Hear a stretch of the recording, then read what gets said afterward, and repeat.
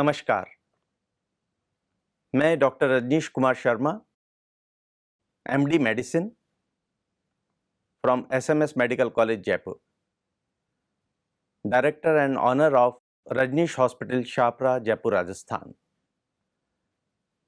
मैं डॉक्टर्स की संस्था स्टेट आईएमए को, इंडियन मेडिकल एसोसिएशन को regional vice president Jaipur zone हूँ और आज यहाँ पर आबू रोड के ब्रह्मा कुमारी ईश्वरीय विश्वविद्यालय में 11 तारीख से मैं यहीं पे हूँ और मन में असीम शांति और आनंद है जिसे मैं आपके साथ शेयर करना चाहता हूँ।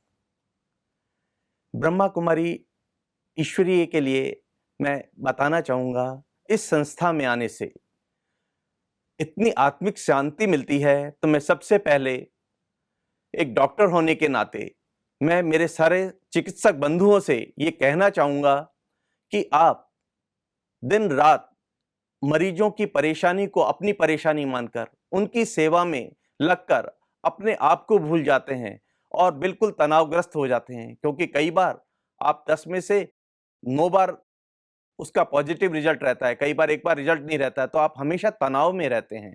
तो मैं सभी डॉक्टर बंधुओं से कहूँगा कि वो अपना समय निकाल कर अपने आप को एक बार पुनः तरोताजा करने के लिए, मन में असीम आनंद का अनुभव करने के लिए अपने पास के सेंटर पे जाएं और उसके बाद यहाँ पर कोई भी इस प्रकार की कॉन्फ्रेंस होती हैं जिसमें डॉक्टर्स के लिए भी अलग से माइंड बॉडी पीस, इस प्रकार का आज से 5 साल पहले मैं यहाँ पर एक आयोजन हुआ था जो माउंट आबू में, एट प्रेजेंट हम अभी आबू रोड में इसमें हैं, तो उसका आनंद आप ये के बता रहे हैं कि मैं 5 साल में अभी भी आंख बंद करता हूँ तो मुझे ऐसा एहसास होता है।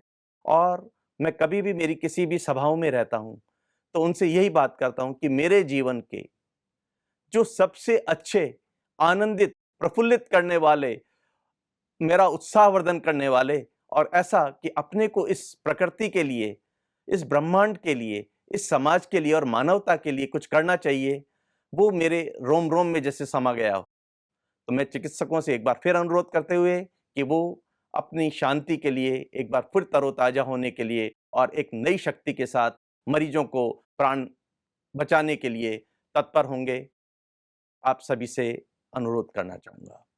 अब मैं कब से जुड़ा हूँ, ब्रह्मा कुमारी से ही बता रहा हूँ। मैं जब छोटा बच्चा था तो किशनपोल बाज़ार जयपुर के अंदर एक ब्रांच थी। हम उसके सामने से निकलते तो लोग बाग ये बताते थे पता नहीं क्या होता है। तो उनको बारे में पता नहीं था, बल्कि वो इस मामले में सोचते थे क्या हो रहा है, क्या नहीं हो रहा है, तो वो उससे जुड़ना नहीं चाहते थे। फिर धीरे-धीरे जो ब्रह्मा कुमारी की बहनों ने दादियों के संरक्षण में जो काम किया और उसके बाद जो समाज के अंदर इन्होंने शांति फैलाई और हर जगह जो लोग थे इनसे जुड़ते चले गए, क्योंकि उन्होंने उनको जब विषम परिस्थिति में थे तब सारे उन्होंने जितने भी अपने सनातन धर्म के त्योहार मनाए, उनको जैसे राखी है, शिवरात्रि है, दिवाली है, होली है, इन सब पे इतना अच्छा इन्होंने जो समाज के साथ किया। और सबसे बड़ी बात है, वहाँ पर जाके आपको ऐसा लगता है कि आप ब्रह्मा कुमारी में आ गए हैं तो आप घर में आ गए हैं। आपका हर एक आदमी से इतना ज़्यादा प्रसन्नता अनुभव होती है, खिलखिलाहट के साथ काम होता है और ऐसा नहीं लगता कि आप कहीं दूसरे स्थान में आ गए हैं, किसी ऐसे कोई फंक्शन में आ गए हैं। तो ये मेरी वहाँ का अनुभव था। उसके बाद हम शाहपुरा में रहते हैं। शाहपुरा में हमारी बीच की जो बहन हैं, सुलभा जी, इनका आप ये मान के चलिए कि चिकित्सक के हिसाब से वो हमारे को यहाँ पर कई लोगों को आकर पूरे मरीजों को जो त्रस्त होते हैं कि उनके दिमाग की स्थिति ऐसी रहती है कि वो घबराए रहते हैं, उनको भी आके सुकून देती हैं। और इनके सेंटर पे या शाहपुरा में कोई भी काम होता है तो हम वहाँ पर जाकर अपनी सेवा देते हैं। और मैं अकेला नहीं देता, मैं मेरी डॉक्टर पत्नी, डॉक्टर बच्चों और जो दूसरे मेरे एमबीए और एम फार्मा में वैभव और प्रियंका हैं, डॉक्टर भारत और डॉक्टर समृद्धि के साथ वहाँ पे जाके हम सेवाएँ देते हैं। और वहाँ पर ब्रह्मा कुमारी सेंटर पे जाकर हम जब परिवार के साथ सेवाएँ देते हैं और लोगों से मिलकर उत्सव का आनंद उठाते हैं, तो मन में इतना अच्छा अनुभव होता है। वही आप मेरे चेहरे से, मेरे मन की प्रसन्नता से, अपने उद्गारों से देख सकते हैं और इसी असीम आनंद की अनुभूति मैं चाहता हूँ आप भी करें। शाहपुरा के अंदर इसके अतिरिक्त हम ये बताना चाहते हैं कि जब बहन सुलभा जी ने कहा तो हम माइंड बॉडी पीस की जो कॉन्फ्रेंस यहाँ पर माउंट आबू में हुई, जब आए, वहाँ की जो वक्ता थे, उन्होंने हमारे दिल के अंदर जो भी शंकाएं, जो शुबहा होते हैं, उनको हटाकर मन में ऐसी प्रसन्नता, प्राणवायु जैसे भर दी हो किसी मुर्दा के अंदर, इस प्रकार से चेतन कर दिया। और उसकी अनुभूति हम आज 5 साल बाद भी अनुभव कर रहे हैं। इसके बाद हमने इन्हीं के साथ गुड़गांव वाली ब्रांच में भी जाकर, बिलासपुर है वहां पर देखा, जयपुर की संस्था वैशाली नगर वाली संस्था में देखा। तो एक ही बात है, वहां पर जाके आपको आनंदित होता है, आपका मन प्रफुल्लित होता है। आप जो हमेशा दैनिक दिनचर्या में जो काम करते करते ऐसा लगता है थक से गए, बोर्डम आ गई है, आपको उत्साह सा नहीं रह रहा है, आप बस जीवन जीते चले जा रहे हैं। लेकिन जब आप इस संस्था से जुड़ के, इनके कार्यक्रम में जाके, राजयोग के अंदर जाकर अगर साधना करते हैं, तो आप हमेशा अपने आप को स्वस्थ और तरोताजा पाते हैं। मैं सुबह की मुरली की भी बात करना चाहूंगा। आप सुबह की मुरली सुन लेते हैं, तो वो मुरली की मधुरता जो श्री कृष्ण ने दी थी, वो ऐसा लगता है आपके अंदर समा गई है। और आप, मुरली की मधुरता तो है ही, उसके अंदर जो ज्ञान है, उससे आपके अंदर स्पंदन आता रहता है। लगता है आप काम कर रहे हैं और मुस्कुरा रहे हैं। मैं मरीज देख रहा हूं, उसकी मैंने बीमारी को सुना, और उसका जब मैं प्रेस्क्रिप्शन लिख रहा हूं, तो आप मान के चलो मैं प्रेस्क्रिप्शन तो लिख रहा हूं, लेकिन जब मैं उसको बात करता हूं, तो वो कहते हैं कि आपने साइकोथेरेपी के द्वारा आधा इलाज तो मेरा बात सही कर दिया है। पर वो ऊर्जा हमें ब्रह्मा कुमारी से आई है। मैं ब्रह्मा कुमारी ईश्वरीय विश्वविद्यालय का इस बात के लिए भी कहना चाहूंगा, जहां आज समाज का पूरा अपन काम देखते हैं, हर जगह हम प्रकृति का दोहन कर रहे हैं।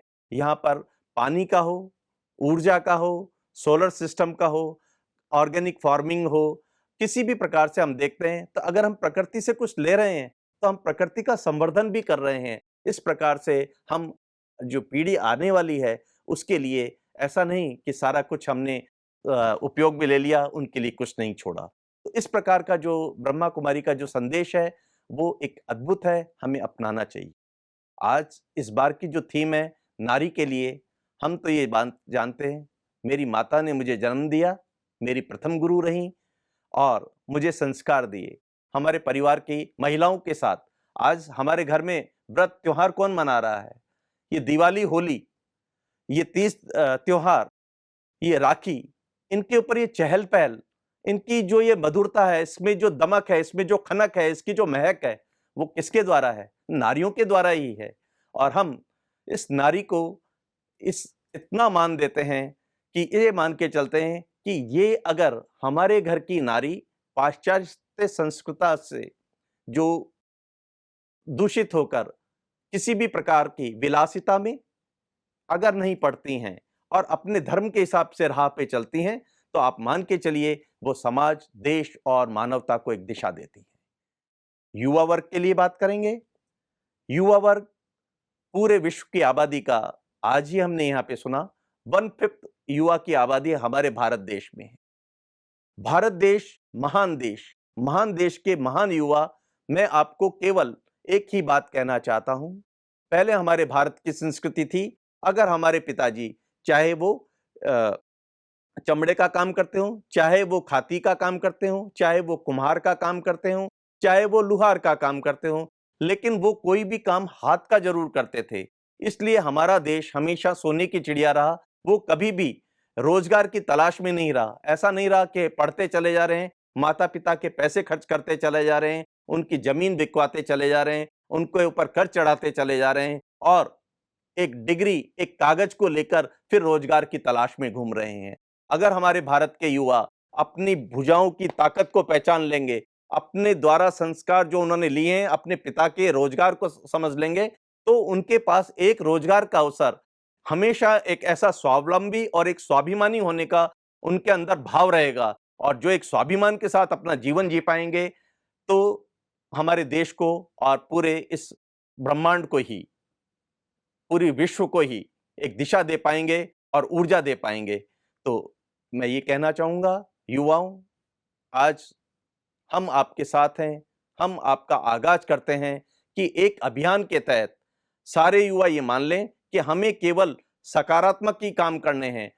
आपके होते हुए हमारी कोई बहन बेटी, भाभी असुरक्षित महसूस नहीं रहे और उनकी सुरक्षा का दायित्व, देश को बढ़ाने का दायित्व और उनके साथ काम करके, चाहे वो व्यापार हो, चाहे किसी भी प्रकार की बात हो, हम मेहनत करके स्वाभिमान पूर्वक जीवन लेके अपने देश को विश्व गुरु बनाने में अपना पूरा सहयोग दे सकेंगे। जय हिंद, जय भारत। और ब्रह्मा कुमारी ईश्वरी की ओर से जो मैंने सीखा, ओम शांति।